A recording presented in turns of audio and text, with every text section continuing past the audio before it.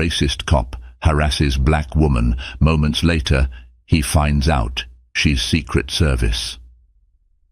A routine traffic stop on a sweltering summer afternoon, a scenario that should be resolved with little more than a traffic ticket, spirals into a shocking display of abuse of power, prejudice, and simmering tension. Officer Derek Stone, known for his short fuse and questionable tactics, targets Simone Carter, an elegant yet unassuming black woman driving through a busy Washington, D.C. street. He thinks he can wield his badge to terrorize her into submission. But unbeknownst to him, Simone holds a powerful secret, one that could change his life forever. Soon, an explosive truth will be revealed, and Officer Stone will learn the hard way that appearances can be deceiving. The bright summer sun glinted off the windshields of endless rows of cars inching their way through downtown Washington, D.C. Tourists gawked at grand architecture, sleek government SUVs rushed past, and a light breeze carried the buzz of everyday city life. In the middle of the afternoon, the flow of traffic was routine, almost hypnotic. Another day in the nation's capital. Simone Carter sat in her black sedan, inching forward at a glacial pace. She was used to this. After all, D.C. was notorious for its traffic bottlenecks. Most people would be fuming behind the wheel, but Simone maintained an air of unflappable composure. She leaned slightly forward, her posture poised, occasionally scanning her rearview mirror. A stylish pair of sunglasses rested on her face, reflecting the scenery around her. At a glance, she appeared to be just another commuter returning from a mundane errand. What no one knew was that Simone had grown up a mere 15 minutes from here, in a modest row house on the southeast side. She had spent her childhood dreaming of making a difference, walking by the Capitol building and the White House with wide-eyed wonder. One day, she had vowed, she would serve her country. Countless obstacles had lined her path, financial struggles, social hurdles, and a world that too often judged her by her skin color before her skills or character, but she had persevered. As the line of cars inched forward again, Simone glanced at her watch. She needed to be across town for a quick administrative check-in. Although not an official mission, her schedule was tight, and lateness was never an option. She silently prayed the traffic gods would grant her a smooth passage soon. A block away, near the intersection of K Street and 16th, she noticed a lone figure, a police officer standing outside his patrol car. Even from a distance, he appeared restless, constantly pacing, fiddling with his uniform belt, and scanning vehicles as though he were searching for his next target. Simone didn't think much of it at first. After all, the Metropolitan Police Department was a common sight in the city's busiest corridors, but there was something about the way he pointed at cars, his mouth set in a permanent scowl, that sent a flicker of apprehension through her. She mentally steeled herself, a habit honed over years of being a black woman in a city that, for all its diversity and power, still harbored pockets of prejudice. She was used to curious eyes, cautious gestures, and the lingering sense that not everyone with a badge would treat her fairly. She inched closer, and the officer's gaze zeroed in on her vehicle. It was a moment too familiar, sudden scrutiny that often made her wonder if she'd done anything wrong, or if she simply fit the description. Her heart remained steady, but a certain alertness sharpened her senses. Simone inhaled slowly, adjusting her grip on the steering wheel. She had no idea that this encounter with Officer Derek Stone would catapult her into a swirling storm of confrontation, revelation, and ultimately a defining moment in both of their lives. Officer Derek Stone was no stranger to controversy. Standing at 6'2", with a burly build and sharp, hawk-like eyes, he was an imposing presence.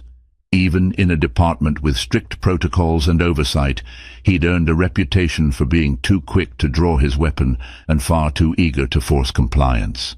For years, Stone had navigated the thin blue line with more negative complaints than commendations, yet somehow he'd managed to dodge any serious departmental punishments. Whispers circulated among his peers that his uncle, a high-ranking city official, ensured Stone remained untouchable. Born and raised in a small town in rural Virginia, Stone had come to the Metropolitan Police Department seeking the excitement of city life and the authority that came with wearing the badge. In the early days of his career, he had shown genuine promise, earning a couple of commendations for bravery in the field. But gradually, cynicism and a sense of superiority took root. He'd gone from an idealistic rookie to a hardened officer who saw threats around every corner. He was also plagued by deeply ingrained racial biases. Whether from his upbringing or personal insecurities, Stone frequently displayed an almost instinctive suspicion toward people of color. Since joining the force, he had participated in dozens of stop-and-frisk incidents that disproportionately targeted black and Latino citizens, always justifying his actions by citing reasonable suspicion. His superiors were well aware of the stats, but turned a blind eye, chalking it up to Stone's aggressive approach or proactive policing. That afternoon, however, Stone was not in a good mood. He had received a reprimand from his lieutenant for a recent incident involving a teenager he'd interrogated at gunpoint. The departmental review was ongoing, and although Stone dismissed the matter as a non-issue, he couldn't shake an unsettling feeling. His lieutenant had warned him explicitly, "One more incident, Derek, and you're out. Oh, I don't care who your uncle is. I'm done cleaning up your messes." The words echoed in his head, fueling the simmering anger that now drove him to prowl the streets in search of a real violation. When Stone caught sight of Simone Carter's sedan, it was less about the car's make or model and more about a flash of perceived defiance in the driver's posture. In truth, Simone had done nothing wrong, but Stone's eyes narrowed. Maybe it was the tinted windows he deemed too dark. Maybe it was the fleeting expression on Simone's face that he interpreted as disrespect. Whatever the reason, he decided in that moment she would be his next target. He climbed into his cruiser, slamming the driver's door with more force than necessary. "Dispatch, this is Officer Stone. I'm pulling over a suspicious vehicle on K and 16th. Request a license plate check," he barked into the radio, though no immediate backup was requested. Stone was confident in his ability to handle the situation alone. As he eased his cruiser behind Simone's sedan, adrenaline coursed through him. This was his chance to reassert control, to prove to himself, if not to his lieutenant, that he could still be the authoritative figure. He wanted to flex his authority in a way that left no doubt who was in charge. What he didn't realize was that his target had more authority in her little finger than he could ever dream of wielding. In a matter of minutes, Derek Stone's life was about to take an irreversible turn, forcing him to confront the ugly truths he'd hidden behind his badge. Simone felt that familiar rush of anxiety when she noticed the flashing red and blue lights in her rearview mirror. She let out a measured sigh, silently wondering if this was a routine check or a typical case of driving while black. The tension in the air became palpable as Officer Derek Stone's cruiser crept closer. She rolled her car forward to find a safe place to pull over, carefully signaling her intent, hoping to show absolute compliance. Her heart pounded, not from guilt, but from the memory of past encounters. Even though she was well equipped to handle this, Simone understood that the wrong word or movement could quickly escalate. She also knew her training demanded that she remain calm and let the officer speak first. Stone approached her driver's side window with a swagger that Simone had seen all too often. Before she could fully lower her window, Stone rapped sharply on the glass. His jaw clenched. "License and registration," he ordered, not bothering with a greeting. The hostility in his voice made the hairs on the back of Simone's neck prickle. She glanced up at him. Officer Stone's face was carved into a deep scowl, his hand resting on the butt of his service weapon. "Good afternoon, officer," she began in a measured tone. "I'm reaching for my wallet. My registration is in the glove compartment." "Slowly," he snapped, raising his free hand in a cautionary gesture. "Keep your other hand where I can see it." Maintaining deliberate, careful movements, Simone retrieved her wallet and passed over her license. Then she reached for the registration, Stone snatched the documents from her hand, his eyes flicking from the ID to Simone's face. A flicker of confusion crossed his features, as if he had expected something else, a name with a record perhaps. But Simone Carter had a spotless driving history and no criminal background. "What's the reason for this stop, officer?" Simone asked, her voice calm. Stone's upper lip twitched in annoyance. He didn't have a legitimate reason besides his own biases and the hope of finding something to charge her with. "Your window tint," he improvised. "I suspect it's beyond the legal limit, and you made a lane change without signaling back there." Simone fought the urge to correct him about the lane change. She had signaled. Instead, she responded, "I see. I wasn't aware there was an issue with the tint." Stone sneered. "Don't play dumb with me. Where are you headed in such a hurry?" Simone paused, choosing her words carefully. She knew she wasn't obligated to provide every detail of her schedule, but she also didn't want to provoke him. "I have an appointment. Is there any other reason you pulled me over?" He glared at her, then muttered something unintelligible under his breath.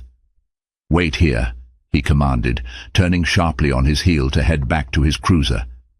As he walked away, Simone closed her eyes for a moment, her breath steady. Training had drilled into her the importance of remaining calm under stress, but the frustration gnawed at her. This situation wasn't just about a traffic violation. It was about a man with unchecked power exercising his prejudices. Little did he know that he was stepping into dangerous territory, harassing someone whose clearance and authority far exceeded his own. Simone opened her eyes, scanning the busy street. Pedestrians hurried by, oblivious to the tension brewing mere feet away. But soon that tension would become impossible to ignore. The stage was set for a confrontation that would shake the foundations of Derek Stone's world and reveal the unbreakable resolve of Simone Carter. Officer Stone retreated to his cruiser with Simone's license and registration in hand. His mind raced with conflicting emotions, irritation at being forced to justify a stop he knew was baseless, yet an odd exhilaration at the prospect of uncovering something incriminating. He typed Simone's information into the patrol car's computer. With each keystroke, the screen's official database returned the same conclusion: no warrants, no priors, no issues. Her record was immaculate. Out on the street, Simone's patience began to wear thin. The searing sunlight beaming through her windshield felt like a spotlight on a stage where she'd been cast in an unwelcome role. She drummed her fingers lightly on the steering wheel, replaying the last few minutes in her mind. Although she had no reason to fear the outcome, she also knew how quickly situations like this could escalate. As if on cue, a couple of curious pedestrians slowed their pace, peering at the scene. More than a few of them had smartphones in hand. One young woman, her eyes filled with cautious concern, hovered nearby, filming from a discreet distance. Simone noticed the camera. Part of her was grateful someone was documenting the encounter. Another part resented that such documentation was even necessary. Inside his cruiser, Stone cursed under his breath. Nothing. He had nothing on her. He couldn't shake the feeling that he needed to make something stick. His pride demanded that he exert dominance, especially after the dressing down from his lieutenant earlier. In Stone's mind, a successful bust, any bust, would help redeem his tarnished reputation. He reached for his radio, considering whether to call for backup. But he hesitated. He had no legitimate reason. If he called for backup without cause, his lieutenant would surely ask questions. Yet the last thing Stone wanted was to return to the station empty-handed, only to be mocked by his peers or worse, reprimanded again by his lieutenant. A flicker of anger shot through him. He slammed the computer shut and stepped out of the cruiser, determined to dig deeper. Approaching Simone's car, he hardened his expression. "Step out of the vehicle," he ordered, his voice cutting through the silence like a knife. Simone's gut tightened. She knew this request was unwarranted, but she also knew disobeying could escalate the situation dangerously. Carefully, she unlocked her seatbelt and opened the door. Standing by the roadside in her business-casual attire, she looked calm and composed, a stark contrast to Stone's aggressive stance. "Turn around. Place your hands on the roof," Stone barked. "I'm going to do a quick search for any contraband." A surge of indignation rushed through Simone. This was blatant harassment. There was no probable cause. She momentarily contemplated revealing her position, her badge that outranked his. But her years of training cautioned patience, especially if it meant catching Stone in the act of misconduct. So she turned, placing her palms flat against the warm, metal roof of her car. Vehicles rushed by, and a few more onlookers gathered, the tension palpable in the humid summer air. Stone patted down her arms, her torso, her legs, a search that straddled the line of decency. Simone ground her teeth, refusing to utter a sound of protest until she was certain it was time to speak. At last, Stone stepped back, empty-handed. The frustration in his voice was clear when he spoke. "Look at me," he said in a tone that made passers-by wince. Simone turned, her eyes meeting his. For a split second, neither moved. Two worlds collided in that tense gaze, one forged in bigotry and misplaced pride, another in disciplined resolve and secret authority. It was only a matter of time before those worlds would erupt in a confrontation that would redefine both of their lives, and the city that watched from the sidelines. A small crowd was starting to form on the sidewalk. Some people filmed openly, while others pretended to fumble with their phones. The air crackled with the electric potential for confrontation, a sense that something explosive was on the verge of unfolding. Officer Stone, however, seemed undeterred. If anything, the emerging audience only fueled his bravado, compelling him to amplify his performance of control. "Put your hands where I can see them," Stone growled again, though Simone's hands were clearly visible at her sides. His tone dripped with condescension. "What's in your pockets?" She pressed her lips together, casting a brief glance at a bystander who looked ready to intervene, but any protest from the crowd would likely only aggravate Stone further. With slow, deliberate motions, Simone pulled out her cell phone, keys, and a small wallet for her work ID, careful not to reveal the Secret Service badge tucked inside just yet. Stone snatched the items from her, inspecting them as though they might hold a dark secret. Nothing.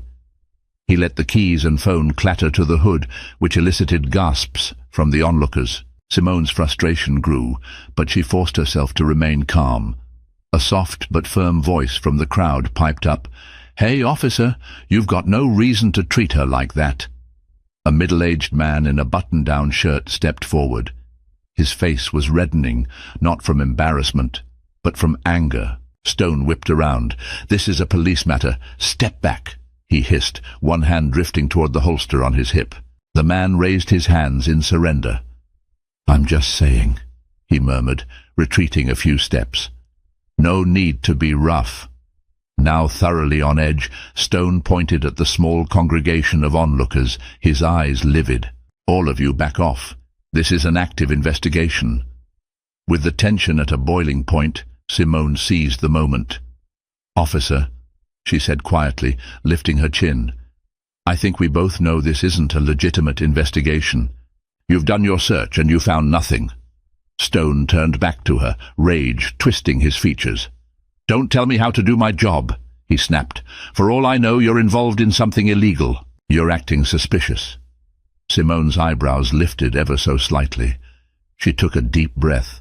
Her training had prepared her to handle threats far more serious than a belligerent cop. In her role with the Secret Service, she had diffused threats to sitting presidents. She'd tackled armed suspects twice her size. She had stared down genuine threats, men armed with assault rifles, and never once lost her composure. Compared to that, Officer Derek Stone was little more than a persistent annoyance, albeit a dangerous one. But Simone also knew that if she revealed her credentials too soon, Stone might try to spin the situation to his advantage. He could claim that Simone had withheld critical information or even attempt to arrest her under false pretenses. For maximum impact, and for her own safety, she needed to pick the perfect moment to reveal her identity. Behind them, the crowd continued to grow, the hum of uncertain murmurs mixed with the sound of traffic. Several bystanders were openly calling Stone out now. "This is wrong," one shouted. Another said, "We've got everything on video." The tension was so thick it felt like a thunderstorm poised to break. Stone's eyes flickered around, scanning the group. When they returned to Simone, his animosity only seemed to double. His fists clenched at his sides, the tautness in his shoulders clear as day. He looked like a man balancing on a knife's edge, uncertain whether to stand down or escalate. In that moment, Simone realized she might be forced to reveal her identity sooner than she intended. The swirling chaos around them felt like a flashpoint. A single spark could ignite an inferno of violence, and she had a responsibility to prevent that. Her moral and professional code demanded it. But first, she'd give Stone one last chance to walk away unscathed. If he chose to press on, the fallout would be entirely of his own making. And when the dust settled, the world would see Officer Derek Stone for who he really was, while discovering who Simone Carter truly represented. Beads of sweat dotted Officer Stone's forehead. His scowl deepened as he surveyed the gathering crowd, their eyes all on him, phones capturing every second. His heart pounded, a mix of anger and anxiety. He knew that if he lost control of the situation now, it could spell disaster for his already teetering career.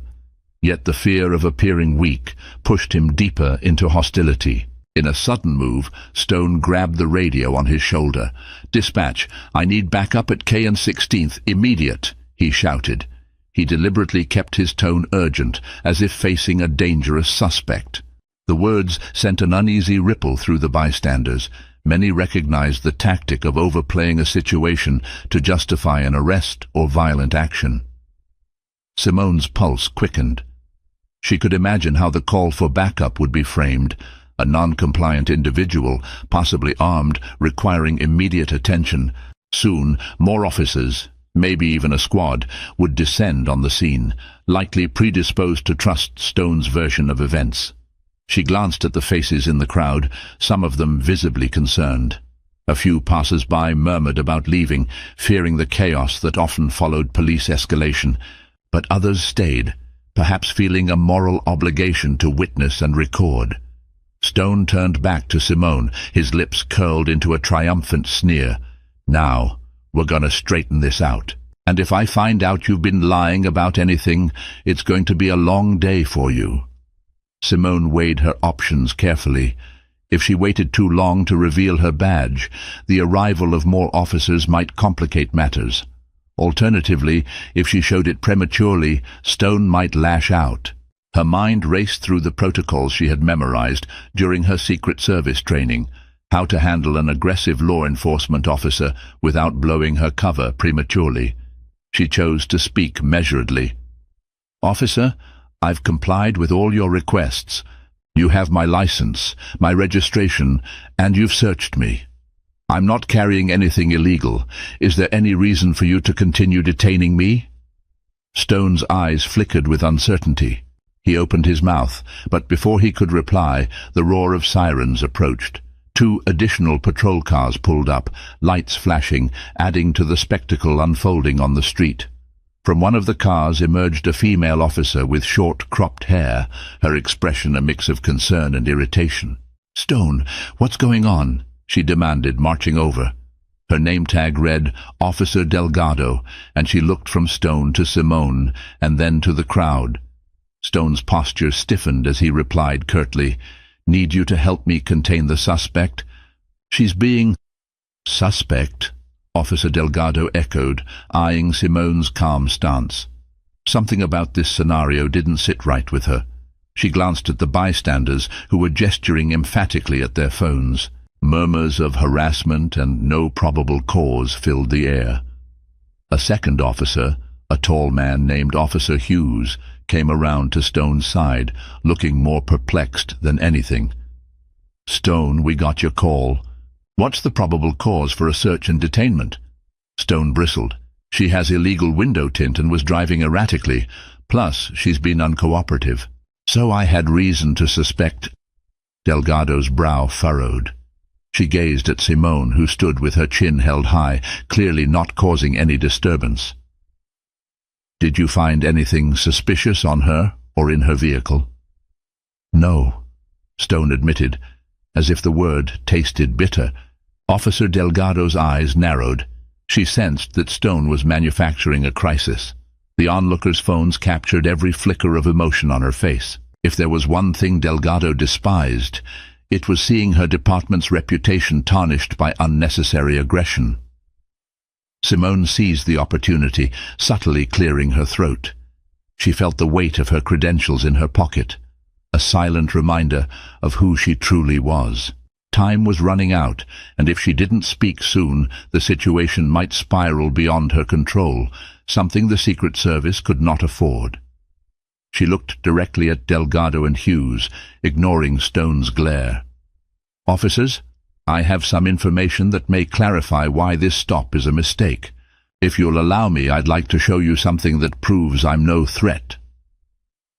Stone opened his mouth to protest, but Delgado gestured for him to be quiet.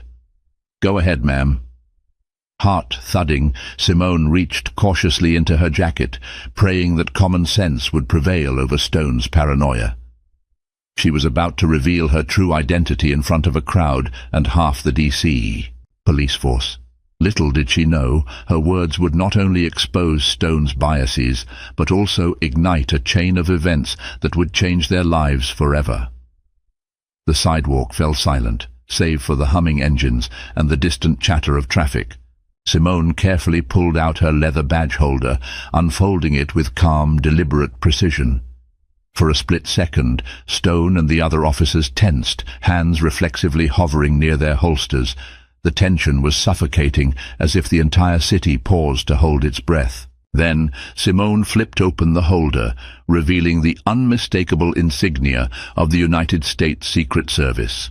She extended it toward Officer Delgado, who leaned in to verify it.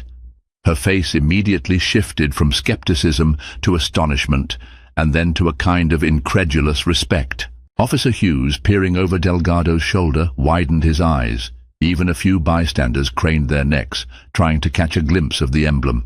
"I'm Agent Simone Carter," Simone announced, her voice unwavering.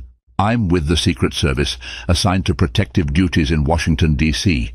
I'm currently on my personal time, but I am authorized to carry and, I assure you, my credentials are legitimate." For a moment, no one spoke. The gravity of her revelation weighed heavily in the air, radiating a silent authority that overshadowed Stone's entire show of force. Delgado drew in a sharp breath, her professional instincts kicking in. "Agent Carter, I apologize," she began quietly, stepping forward. "We weren't informed of any operation." Simone offered a small nod. "It's not an operation. I was just passing through, heading to an appointment.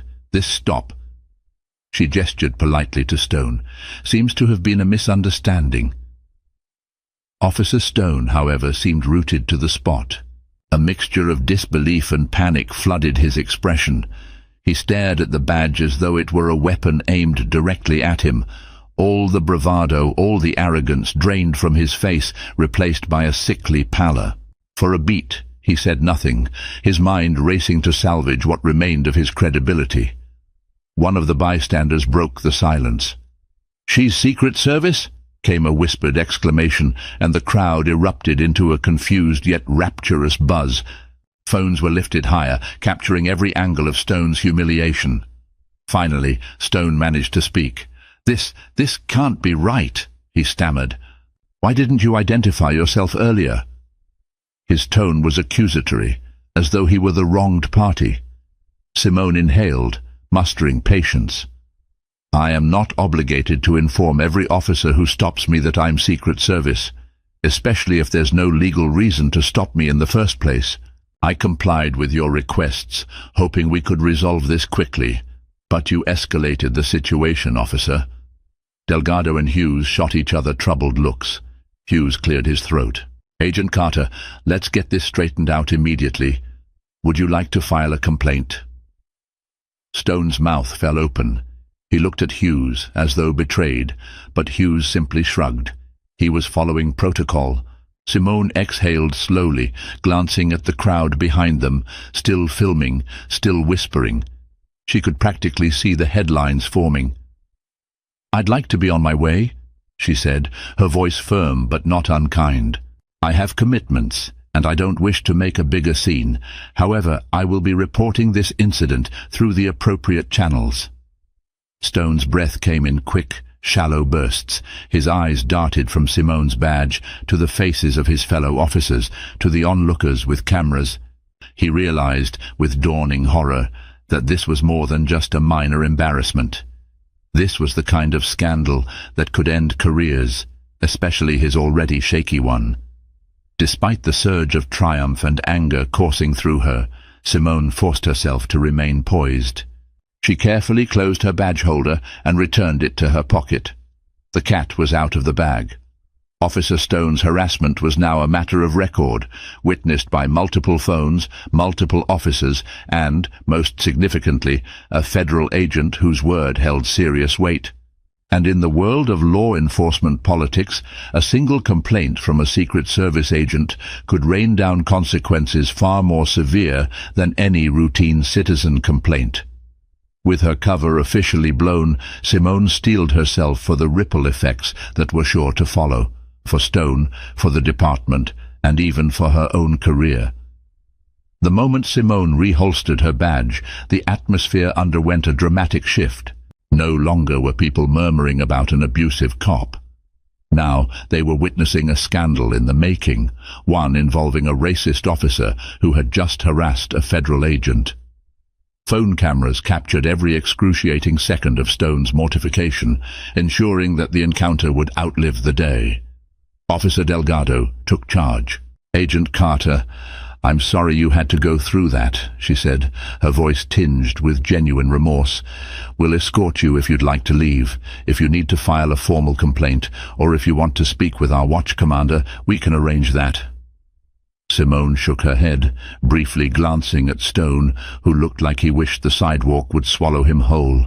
"I'll handle it through the federal channels," she replied. "But I appreciate your concern, Officer Delgado."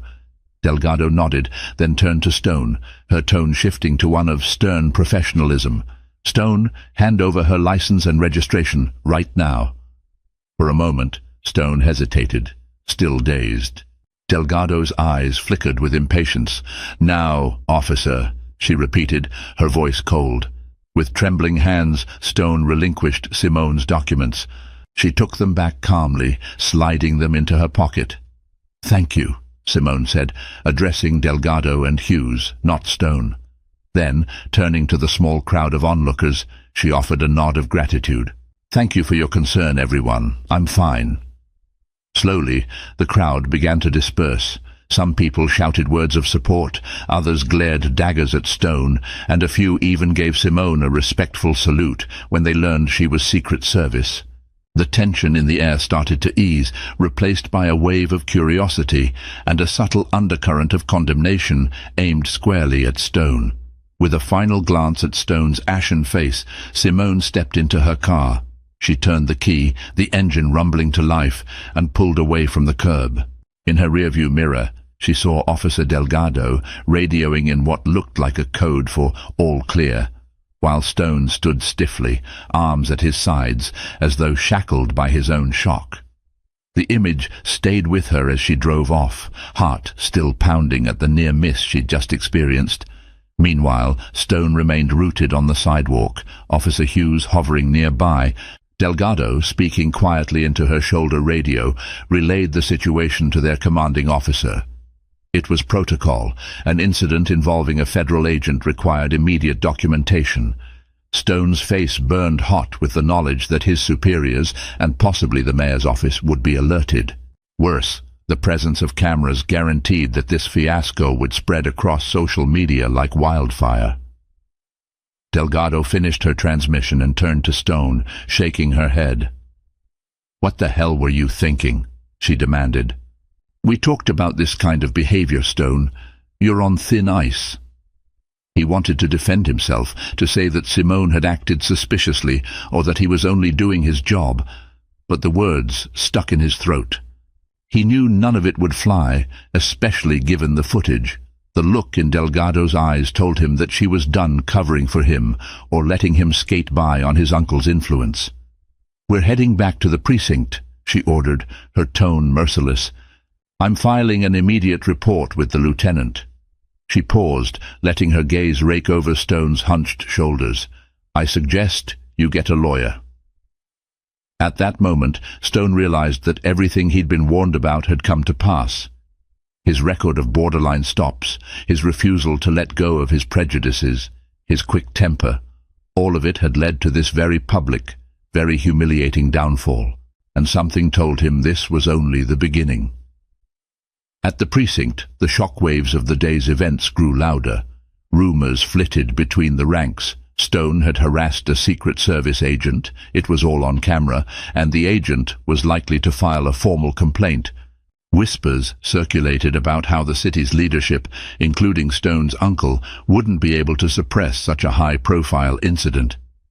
Unbeknownst to Stone, even more severe consequences lurked on the horizon, orchestrated by a government agency far more powerful than his local precinct. In the coming days, the weight of Simone Carter's badge and the principles she stood for would come crashing down on him like a hammer of justice. For now, though, Stone was left to stew in the discomfort of his own making, as the precinct's corridors buzzed with excitement, disbelief, and the faint but ever-growing scent of retribution. Later that evening, as Simone Carter drove back to her apartment in Arlington, Virginia, she tried to shake off the lingering tension from the encounter. In her line of work, she had faced threats 100 times more dangerous than a misguided cop. Still, the blatant injustice of the stop had left her unsettled. She found herself replaying the confrontation, wishing that Stone's behavior was an anomaly rather than an all-too-common occurrence. Her apartment was modest but comfortable, a sanctuary from the high-stakes, high-stress lifestyle her job demanded. She slipped off her shoes and sank onto the sofa, exhaling a long, tired breath. A half-smile tugged at her lips when she recalled how Stone's face fell upon seeing her badge. The memory was bittersweet, a triumph marred by the sobering reality that many people, particularly those without her credentials, face similar stops without any recourse. As she gazed at the framed photographs on her living room wall, her mind journeyed back to the path that had brought her here. She thought of her mother, who had raised her alone in Southeast D.C. after her father passed away when she was still a child. Money was always tight, and violence often lurked just around the corner. But her mother instilled in her a sense of unbreakable determination. "Never let anyone tell you what you can't do," she would say, "because you can do anything you set your mind to, Simone." Fueled by that belief, Simone had excelled academically, earning scholarships that eventually led her to Howard University, one of the most prestigious historically black colleges in the country. Her time at Howard was transformative. She learned about African American history in deeper, richer contexts than she'd ever imagined. She absorbed stories of bravery, struggle, and triumph. These narratives fused with her own ambitions, shaping a purpose that would guide her for years to come. She joined the ROTC program while at Howard, fueled by a desire to serve her country and break boundaries. Her discipline and leadership qualities stood out, earning her respect from peers and instructors alike. After graduation, Simone faced a critical decision. Which path in federal service would she pursue? The Secret Service beckoned, and despite the daunting challenges, she dove in head first. Her training was grueling, long hours of firearms practice, close combat drills, and endless lectures on crisis management. Among her cohort, she was one of the few women, and one of even fewer black women. Many times she felt the weight of skeptical eyes upon her, a silent challenge to prove she could handle the job. Time and time again, she rose to the occasion. Eventually, she earned her place on a protective detail for high-profile individuals in Washington, D.C. She traveled extensively, brushed shoulders with political powerhouses, and even secured the perimeter for events at the White House. Each assignment came with its own set of perils, but Simone thrived under pressure. Yet, for all her achievements and accolades, days like today reminded her that even a federal badge couldn't shield her from the prejudice that accompanied her identity. She wondered how many times in the past she had been pulled over or questioned simply for existing in a space some believed she didn't belong. The difference now was that her position offered her a voice, a platform she intended to use. She knew she had a responsibility, both as an agent and as a role model for those who watched her journey, to call out injustice when she saw it. Her mother's lessons, Howard's influence, and her own moral compass told her that letting Stone off the hook would be a disservice not just to herself, but to every person who'd ever been harassed without recourse. Her phone buzzed on the coffee table. She saw a message from her supervising agent, asking for details about the incident. Clearly, word had already reached the Secret Service. Resolved, Simone picked up the phone. She had a report to file, and her statement would likely trigger an internal investigation that could ripple through local law enforcement. As she dialed her supervisor, she steeled her heart against any doubt. She'd come too far and overcome too much to remain silent. This wasn't just about her, it was about accountability and the principles she had pledged to protect. While Simone prepared her official statement from the comfort of her apartment, Officer Derek Stone found himself in a very different environment, isolated in the precinct's interrogation room, waiting anxiously to speak with his lieutenant. The sterile grey walls seemed to close in on him as he contemplated the mess he had created. He had barely returned from the scene when the onslaught began. A barrage of phone calls, texts, and furious emails hammered the precinct's leadership. Local news outlets and blogs had already picked up video snippets of the incident, labeling Stone as the racist cop who harassed a Secret Service agent. The story spread quickly on social media, garnering thousands of comments condemning his actions. Hashtags demanding justice trended overnight. Stone's internal meltdown was evident to the handful of colleagues who passed him in the corridor. Some whispered behind his back, while others openly rolled their eyes at him. Even the desk sergeant, usually stoic, gave Stone a pointed look that said, "What did you do this time?" He had tried calling his uncle, the influential city official, hoping for a miracle. But his uncle simply barked, "You messed with a federal agent. Are you trying to ruin my reputation too?" and slammed the phone down.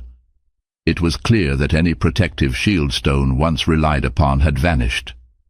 The door to the interrogation room finally swung open, revealing Lieutenant Camden Reyes, a calm, meticulous officer known for his intolerance of misconduct. Reyes carried a stack of papers, presumably the preliminary reports, depositions, and a USB drive likely containing video footage. He took a seat across from Stone and folded his hands on the table. "Officer Stone," Reyes began in an even tone, "I've just reviewed multiple angles of footage, as well as statements from witnesses, Officers Delgado and Hughes, and Agent Carter herself." He paused, looking Stone squarely in the eye. "What on earth were you thinking?" Stone opened his mouth, but words failed him. He felt the same wave of panic he'd experienced on the sidewalk. I had probable cause," he stuttered, though it sounded hollow even to him. "Her window tint. She was driving suspiciously." Reyes scoffed, flipping open a folder to reveal legal data on window tint regulations. The tint on her vehicle was within legal limits. Officer Delgado verified that on the scene, and there's clear footage of her signaling before changing lanes. Not to mention, even if you had the slightest justification, your conduct during the stop was, to put it bluntly, beyond unprofessional. Stone's pulse hammered in his ears. "Look, I didn't know she was Secret Service," he snapped defensively. Reyes's eyes narrowed. "That's precisely the point. You had no legitimate reason to suspect her of anything to begin with. The fact that she turned out to be an agent is what's made this a federal incident. But even if she were just another citizen, your actions would still be unacceptable." A tense silence fell between them. Reyes leaned forward. "As it stands, we have no choice but to place you on immediate administrative leave, pending a full investigation. And given the public outcry and the federal complaint that's been filed, I can't see any scenario where you walk away unscathed." Stone slumped in his seat, swallowing hard. "Administrative leave," he repeated, voice quivering. His mind whirled with visions of financial ruin, legal battles, public humiliation. He wanted to argue, to claim self-defense, to blame the department for lack of training, anything to deflect responsibility. But he could read the finality in Reyes's eyes. Reyes stood, gathering his documents. "Turn in your badge and service weapon before you leave," he said briskly. "I'll be recommending further disciplinary actions and likely charges to the board. We'll notify you once the internal review is complete. Until then, do yourself a favor and stay out of the limelight." Stone could barely breathe. The door closed behind Reyes, and the emptiness of the room seemed to press down on him from all sides. He realized in that moment that he was facing the very fate he had worked so hard to avoid: public disgrace, departmental betrayal, and possibly criminal charges. All because he couldn't keep his prejudice in check. Outside, the city buzzed with fury. Local activists called for Stone's termination and broader reform. Politicians made statements vowing to address systemic issues in law enforcement. And through it all, Simone Carter's calm, unyielding face appeared in news clips, the unwavering woman who refused to be another silent victim. For Officer Derek Stone, the downfall had only just begun, and he sensed that the consequences he now faced were as unavoidable as the next sunrise. In the weeks that followed, Derek Stone's world collapsed around him. The internal affairs investigation concluded that he had acted without reasonable suspicion or cause. His record of complaints, from minor infractions to more severe allegations, was re-examined with renewed scrutiny. It was as though the entire department, freed from the shackles of his uncle's influence, found the courage to purge a problem that had long tarnished its ranks. In a public statement, the Metropolitan Police Department announced Stone's suspension without pay, pending the outcome of criminal proceedings for misconduct and false reporting. Stone watched it all unfold from the solitude of his small apartment, where he spent his days listlessly channel surfing and turning off every news segment that mentioned his name. Each story hammered another nail into the coffin of his law enforcement career. Civil rights organizations joined the fray, highlighting Simone's case as a glaring example of racial bias in policing. The scandal sparked citywide discussions and town halls where citizens and activists debated reforms to ensure accountability. Stone was no longer just a disgraced cop. He had unwittingly become the poster child for everything wrong with policing in the eyes of many. Meanwhile, Simone Carter found her own life under the spotlight. Initially, she had tried to keep a low profile, but her involvement in the Stone incident became impossible to conceal. Colleagues and supervisors within the Secret Service reached out, some in support, others with cautionary advice. "Are you sure you want to pursue this so publicly?" one high-ranking official asked her. "It could affect your future assignments." Yet Simone remained steadfast. She was aware of the potential professional repercussions, but she felt a moral obligation to see this through. When the city's district attorney requested her official testimony, she provided it willingly. If Stone was truly sorry, if he was a victim of a broken system, then let the courts decide. But she knew in her heart that if people never spoke up against abuse of power, the cycle would continue unbroken. After giving her deposition, Simone retreated briefly from the frenzy, taking a few days of leave to visit her mother in the old neighborhood. She found solace in the familiarity of the streets where she'd grown up. Some residents recognized her, offering words of thanks and praise. "You stood up for us," or "You showed them we're not just easy targets." These interactions reminded her why she'd chosen to serve in the first place.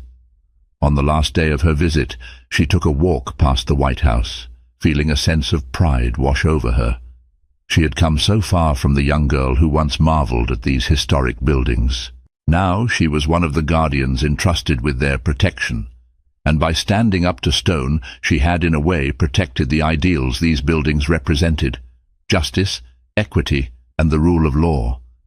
Stone, on the other hand, faced a very different reality. Despite frantic attempts to salvage his career, he was formally fired 2 months after the incident. The criminal case against him progressed, fueled by Simone's testimony and the damning video evidence. A grand jury indicted him on charges of civil rights violations and abuse of power. His once influential uncle remained conspicuously silent, distancing himself to avoid political fallout. On the morning of Stone's trial, the courthouse was swarmed by reporters, activists, and curious citizens. Stone arrived in a cheap suit, looking pale and gaunt, his eyes sunken with worry. He avoided the cameras, head bowed, as he pushed through the throng. Inside, the courtroom was tense. The prosecution laid out a narrative of repeated misconduct, culminating in the final confrontation with Simone Carter.